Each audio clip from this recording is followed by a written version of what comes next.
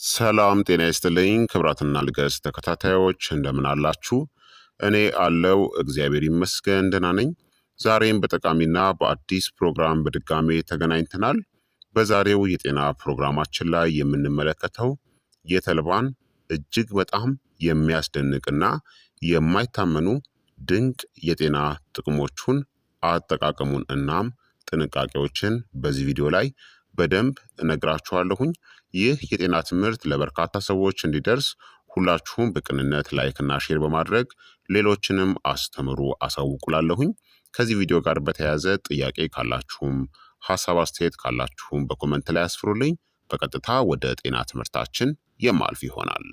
ተልባ እጅግ በጣም ድንቅ የሆነ የጤና ጥቅም ያለው ፍሬ ነው።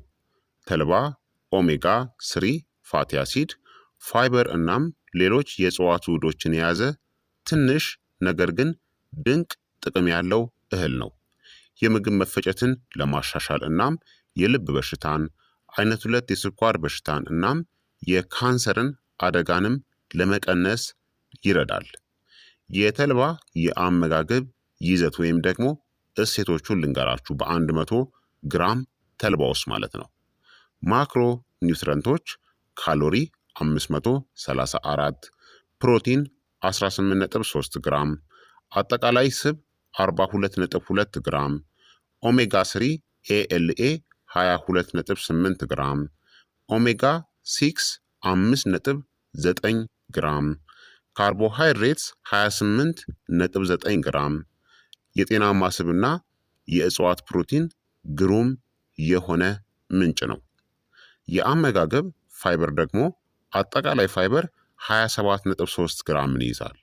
ሊሟሟ የሚችል ፋይበር ወይም ደግሞ ሶለብል ፋይበር የምንለውን ከ7 እስከ 8 ግራም፣ የማይሟሟ ፋይበር ወይም ደግሞ ኢንሶለብል የምንለውን ከ19 እስከ 20 ግራምን ይይዛል።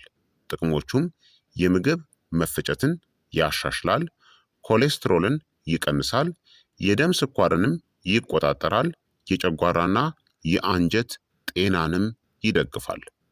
የተልባ ቫይታሚኖች ደግሞ ቫይታሚን ቢ1 ወይም ደግሞ ታያሚን 1.6 ሚሊግራም ለኢነርጂ፣ ለሜታቦሊዝም እና ለነርቭ ስራ ጠቃሚ ነው።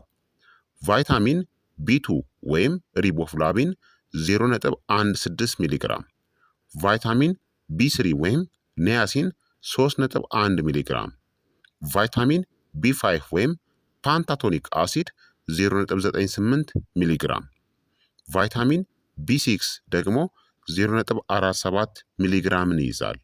ፎሌት ወይም ደግሞ ቫይታሚን ቢ9 87 ማይክሮግራም፣ ቫይታሚን ኢ 0.3 ሚሊግራም እና ቫይታሚን ኬ ደግሞ 4.3 ማይክሮግራምን ይይዛል። የሚይዙት ማዕድናቶች ደግሞ ማግኒዥየም 392 ሚሊግራምን ይይዛል። ማግኒዥየም ለጡንቻ ለነርቭና ለአጥንት ጤና አስፈላጊ ነው። ፎስፈረስ 642 ሚሊግራምን ይይዛል።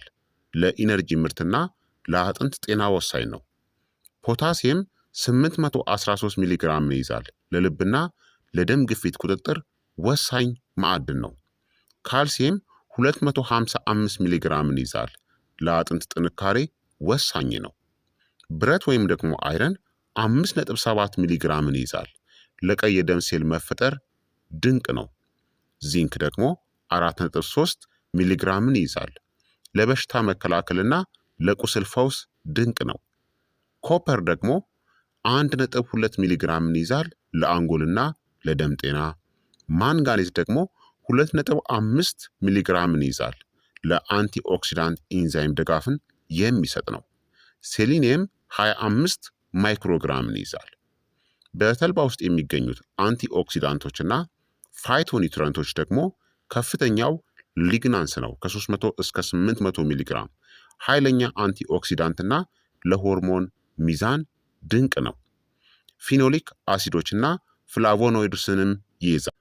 ተልባ ታዲያ ከሌሎች የእጽዋት ምግቦች ውስጥ ከ75 እስከ 800 እጥፍ የሚበልጥ ሊግናንስን ይዟል። የሚይዘው አሚኖ አሲዶች ደግሞ በአርጂኒን የበለጸገ ነው። ለልብ ጤና ወሳኝ ነው። ግሉታሚክ አሲድንም ይዟል። ለአንጎልና ለጡንቻ ስራ ይረዳል። ሙሉ ፕሮቲን ባይሆንም በጣም ገንቢም ነው። እንዲሁም ደግሞ ግላይሲሚክ ኢንዴክሱ በጣም ዝቅተኛ ነው። ለስኳር ህመምተኞች እጅግ በጣም ጥሩ ነው። ተልባ ምርጥ የኦሜጋ ስሪ የእጽዋት ምንጭ ነው። ለጨጓራና ለአንጀት እንዲሁም ለልብ ጤናም በጣም ጥሩ ነው። የሆርሞን ሚዛንንም ይደግፋል። ክብደትንም ለመቀነስ ይረዳል። አንቲ ኢንፍላማቶሪ ወይም ደግሞ ብግነትን የሚከላከል እናም በአንቲ ኦክሲዳንቶችም የበለጸገ ነው። ስለዚህ ተልባ ድንቅ የሆነ ምግብ ነው። ስለዚህ የተልባን ድንቅ የሆኑ የጤና ጠቀሜታዎች ደግሞ አሁን በዝርዝር ልንገራችሁ። አንደኛ፣ ከፍተኛው የኦሜጋ ስሪ የኤኤልኤ የእጽዋት ምንጭ ነው። ተልባ የአልፋ ሊኖሌኒክ አሲድ ኤኤልኤ ምርጥ የእጽዋት ምንጭ ነው። ጥቅሞቹም ብግነትን ይቀንሳል፣ የልብና የአንጎል ጤናንም ይደግፋል፣ የደም ስር ስራንም ያሻሽላል። ሁለተኛ፣ የምግብ መፈጨት ጤናንም ያሻሽላል። ተልባ የሚሟሟ እናም የማይሟሟ ፋይበርን ይዟል። የማይሟሟ ፋይበር ሰገራን ያለሰልሳል፣ ድርቀትን ይከላከላል። የሚሟሟ ፋይበር ደግሞ ጠቃሚ ባክቴሪያዎችንም ይመግባል። በውጤቱም ለስላሳ የምግብ መፈጨት፣ ጤናማ አንጀትና የሆድ መነፋትንም ይቀንሳል። ሶስተኛ፣ መጥፎ ኮሌስትሮልን ኤልዲኤልን ለመቀነስም ይረዳል። በተልባ ውስጥ ያለው የሚሟሟ ፋይበር እናም ሊግናንስ ኮሌስትሮልን በአንጀት ውስጥ ያስራሉ። ጥቅሞቹም ኤልዲኤል ኮሌስትሮልን ይቀንሳል፣ ኤችዲኤል ወይም ደግሞ ጥሩ ኮሌስትሮልንም ያሻሽላል፣ የልብ ጤናንም ይጠብቃል። አራተኛ፣ ክብደት ለመቀነስም ይረዳል። ተልባ በሚሟሟ ፋይበር ምክንያት በሆድ ውስጥ ይለጠጣል። በውጤቱም ረዘም ላለ ጊዜ የረሃብ ስሜት እንዳይሰማን ያደርጋል። የምግብ ፍላጎትን ይቀንሳል፣ ከመጠን በላይ መብላትንም ይከላከላል። አምስተኛ፣ የደም ስኳር መጠንንም ይቆጣጠራል። ተልባ የካርቦሃይድሬትስ መፈጨትን እናም የጉልኮስ መጠንንም ይቀንሳል።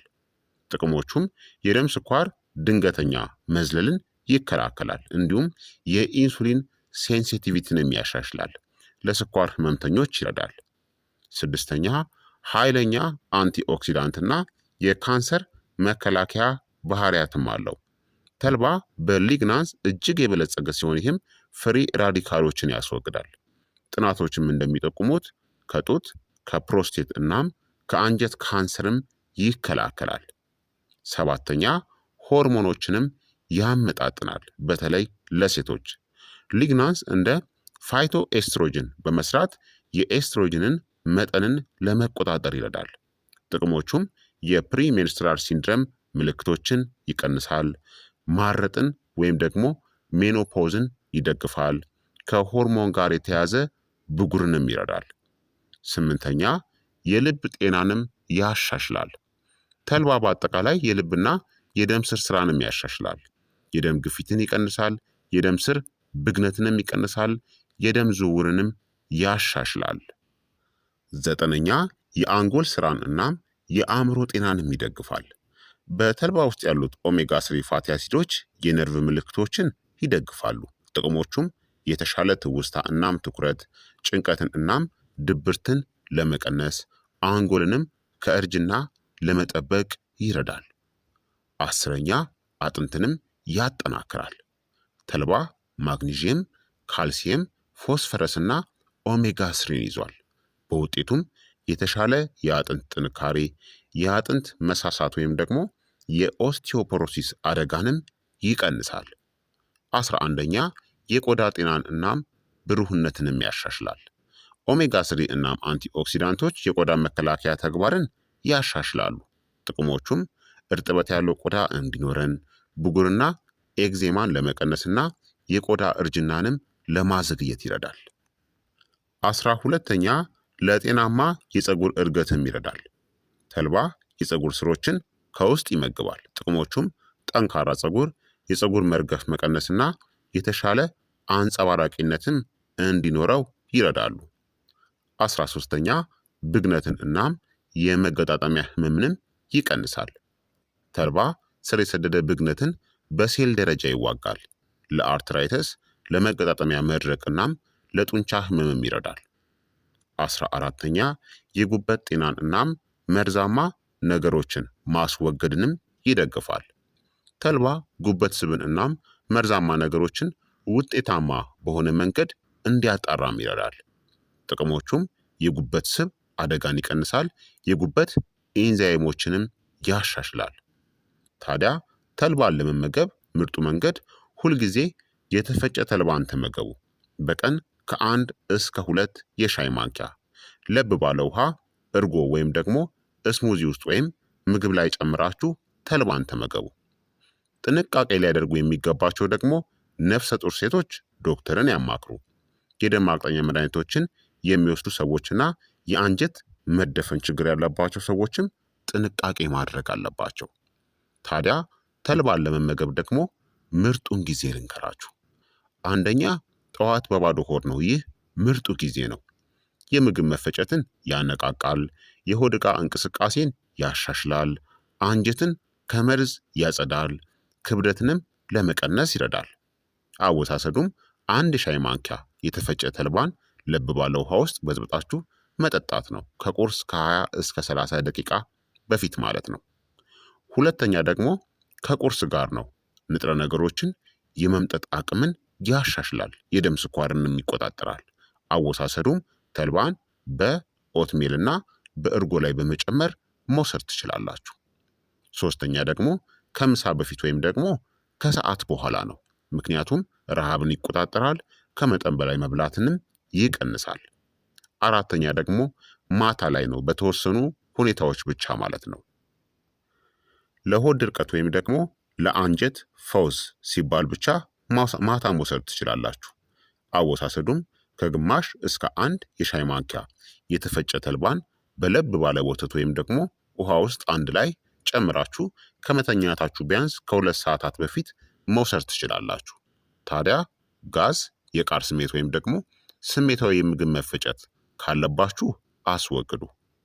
ዕለታዊ መጠን መጠቀም ያለባችሁ ደግሞ ጀማሪዎች ከሆናችሁ በቀን በግማሽ የሻይ ማንኪያ መጀመር፣ ቋሚ ተጠቃሚዎች ከሆናችሁ ደግሞ በቀን ከ1 እስከ 2 የሻይ ማንኪያ መጠቀም ትችላላችሁ። ከፍተኛው መጠን ወይም ደግሞ ገደብ ደግሞ 1 የሾርባ ማንኪያ ወይም ደግሞ ከ10 እስከ 12 ግራም በቀን ከተጠቀማችሁ በቂ ነው። ከልክ በላይ መውሰድ የሆድ መነፋት ወይም ደግሞ ተቅማጥን ሊያስከትል ይችላል። ታዲያ ተልባን ስትጠቀሙ ሁልጊዜ የተፈጨ ተልባን ተጠቀሙ።